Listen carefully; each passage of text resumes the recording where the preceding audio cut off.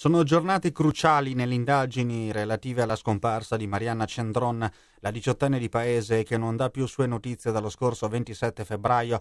La Procura di Treviso, dopo aver annunciato l'apertura di un fascicolo con ipotesi di reato di sequestro di persona, ha disposto una nuova serie di interrogatori che coinvolgeranno le persone più vicine alla diciottenne, anche gli stessi genitori, Pier Francesco ed Emilia.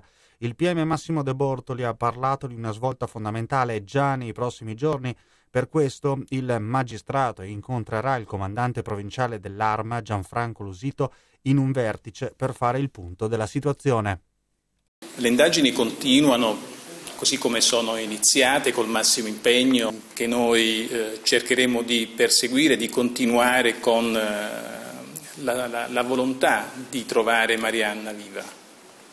Ma finché non avremo dimostrato il contrario non si creeranno le condizioni per dire il contrario. Per noi Marianna è viva e questo è l'auspicio di tutti. Continueremo a cercarla e non demorderemo. È un'ipotesi come le altre, quindi anche questa è un'ipotesi su cui stiamo lavorando, come stiamo lavorando su tutte le altre. L'allontanamento è per noi il motivo principale, sempre con l'auspicio e l'ottimismo che ci deve contraddistinguere nel trovare una ragazza in giro che sia allontanata e poterla restituire ai suoi cari.